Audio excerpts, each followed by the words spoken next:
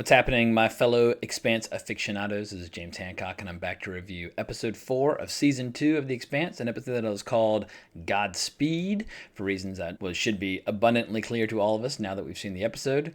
Now, I have to say in advance, I have read the first book in the interim since my last review and this one. I started ripping through it at a pretty rapid clip. I've started book 2 now at this point as well.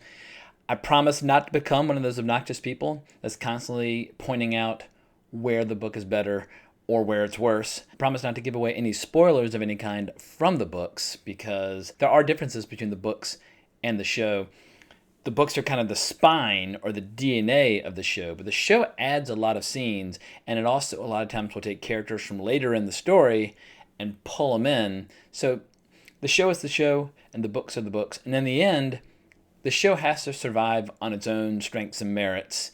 And if the show's great, and I think it is, it'll always do fine, irrespective of how faithful or not faithful it is to the novels. However, what I will do at the end of each one of my videos moving forward, since I'm going to continue reading the books, I'll probably have a few minutes where I point out a few special differences between the books and the show. However, if you don't want to hear that crap and you're not interested and you just want to watch the show, I will not bore you with all that nonsense during my review, unless it's something so big and so cool that I just can't resist. So at any rate, I'm absolutely loving the show. It is definitely the show that I'm most excited about going into the future, especially since we've got 9 episodes left to go. It does everything that I want science fiction to do. I don't like science fiction that's pretending to be science fiction when it's really being fantasy.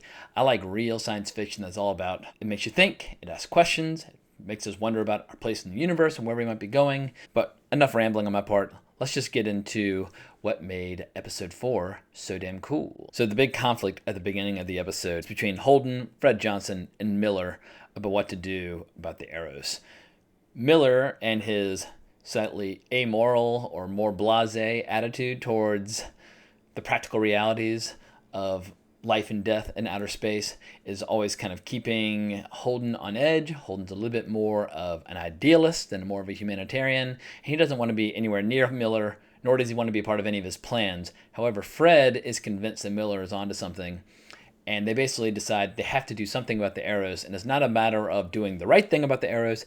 It's basically the most realistic plan, or the lesser of several evils, in terms of removing this asteroid, which is so heavily infected with the protomolecule, because sooner or later, some horrible person's going to come along and try to take a sample, or even worse, possibly spread the protomolecule either to Mars or to Earth and wipe out a large chunk of humanity. So they decide it's time to take the Eros and get it the hell out of the solar system.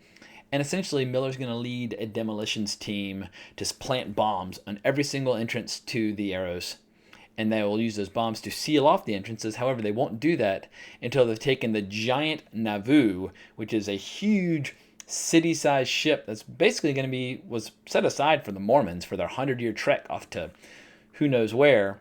But they're going to take that ship, bring it around, and smack the Eros at the perfect angle that'll make it slowly but surely follow a trajectory into the sun. Bye-bye, problem solved. Where the Rocinante comes in is basically Miller and his crew are top-notch, and they're going to essentially run interference for any ships that might try and foul up the works and interfere with their plan. A lot of things can go wrong, and having a badass Martian stealth warship at their disposal with a crew like Holden's will definitely help ensure the plan's success. But Naomi has a nice little moment where Miller basically says, look, you're the type of person that can be trusted to do the right thing, and he makes a promise to do the right thing with the last remaining sample of the protomolecule, which their ship still has in their possession. I did notice one thing this episode about just how lifeless and boring some of the scenes on Earth feel. As much as I love the show, and I love it intensely, I've been noticing since the beginning of season 1 that there are just certain characters and plot lines, mostly those that take place on Earth,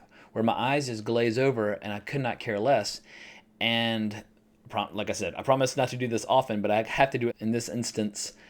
This is all stuff that's been added to the books by the showrunners. And obviously these are important characters for the political situation in the solar system. But the first book is entirely from the perspective of Holden and Miller. It just goes back and forth, back and forth. And it's their POV chapters and all the characters they interact with. We get none of that stuff on Earth except for from the perspective of Holden or Miller through news feeds and that sort of thing. It is abundantly apparent that some of the scenes being added to the show are subpar. However, there are a few bits that are added, specifically those dealing with Miller later in the episode, which I thought were pretty dang cool. And also I've seen dealing with Holden, so I'm not one of those purists that says everything that's new is bad and the book is always right, blah, blah, blah.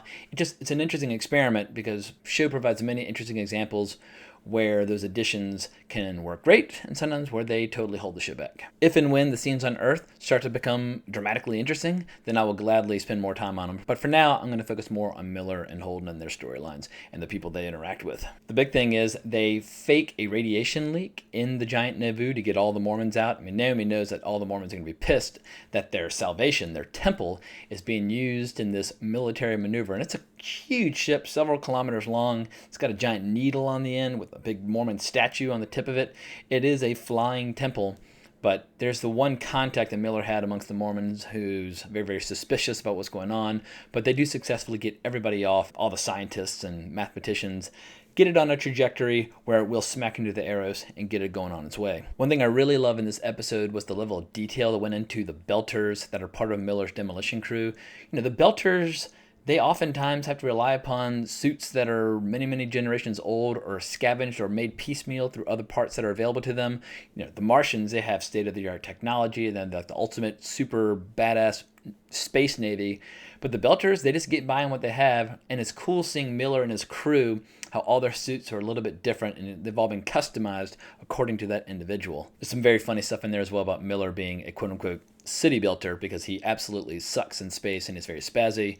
You know, some of the people are almost like graceful as swimmers out in space and move around very effortlessly, whereas Miller has panic attacks and crashes into things and causes accidents, but just a little bit of levity in what is otherwise a serious show. But when they get there, they realize that inside Eros, there's a ton of heat, and the voices are starting to pick up in intensity. Clearly, there's a lot of activity. But the big moral dilemma for Holden this episode is when they realize that there is a unauthorized ship clinging to the surface of Eros, and it turns out they're on a humanitarian aid mission to try and rescue as many people as possible from Eros and give them medical aid. When Miller finds a body infected with the protomolecule inside one of the airlocks, Holden realizes that these humanitarian aid workers might already all be infected with the protomolecule, and if they were to leave the surface, they could very easily contaminate wherever they're going, causing millions of deaths. So Holden, while he is the moral core and center of the show, he finally realizes that in the interest of saving millions of lives, this ship has to be taken out. So yeah, this show is great at creating moral dilemmas that feel very true to life, where people are given lose-lose scenarios sometimes. There was no right answer to make. On one hand, you murder people who are trying to do the right thing, but on the other hand, you let well-intentioned people accidentally cause widespread harm. So that's what makes this show so fascinating. And what's so great about Stephen Strait as an actor, as Jim Holden, is that his face is incredibly expressive. So you see this war of emotions and how much it pains him to make these decisions. And Naomi obviously feels enormous sympathy for him, and Amos will do whatever he says, and Alex will take him wherever they want to go. But in the end, it is Holden's call on some of these life or death issues, and he does not make these decisions lightly. So yeah, top-notch work by Stephen Strait. He's knocking it out of the park. So there's a very, very small variation on the show versus the book, where basically after that humanitarian ship, the Marasmus, gets blown up, the shrapnel hits Miller and damages his suit. It also damages one of the bombs that he and his buddy are setting up, and the bomb will go off unless somebody keeps their thumb on the detonator permanently. If you take it off, in a matter of seconds, it goes off. So Miller decides to sacrifice himself by staying with the bomb in place until it is needed to go off. There's a very, very sad moment as he's telling basically goodbye to all his friends on the Rocinante, but they totally understand what he's done. And he's very calmly, very patiently waiting for the Nauvoo to come in and hit them toward the sun. However, in the big, huge twist of the episode, the cliffhanger, the Nauvoo misses. And initially they wonder, how did the Nauvoo change course? The Nauvoo is this giant ship, several kilometers long. That amount of mass could not change its course suddenly on a whim.